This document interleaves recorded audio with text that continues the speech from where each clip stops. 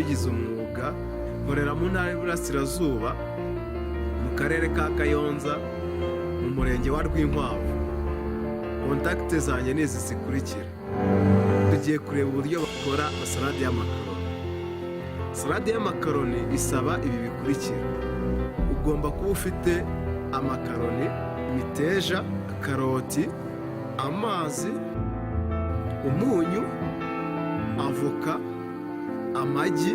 Noneho uburyo bitegurwa: urabanza ugatotora imiteja, wamara gutotora imiteja ukayivunagura ukayishyira ku ruhande, ugafata karoti ukazoza, wamara kuzoza ukazihata, wamara kuzihata ukazicamo kabiri, hanyuma ukazikatamo ajuriyeni. Ajuriyeni itirimo ikunda gukoreshwa mu gikoni, ni uburyo ukata ikintu gihagaze, mbese ni nk'urutoki, uyikata nk'urutoki. Iyo umaze gukata za karoti zawe uzivanga na ya miteja, hanyuma ugatereka ku ziko. Ku ziko ubiterekaho bikamara iminota 10 ubicaniriye.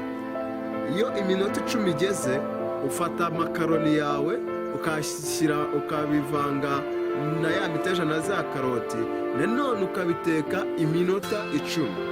Iyo iminota 10 igeze, uhita uteruraho ukamininamo amazi arimo. Ya mazi ukayashyira ku ruhande, hanyuma n'amakaroni ya salade yawe ukayishyira ku ruhande, ukayireka iminota 5 igahora. Hanyuma ufata mayoneze ukayisukamo, ukayivanga igahindura ibara rya mayoneze, ukazana iparato yawe nziza ugasukaho ya salade yawe, hanyuma ukadekoresha amagi, avoka, nk'uko muri kubona turiho tubigenza. Nuko salade y'amakaroni itegurwa.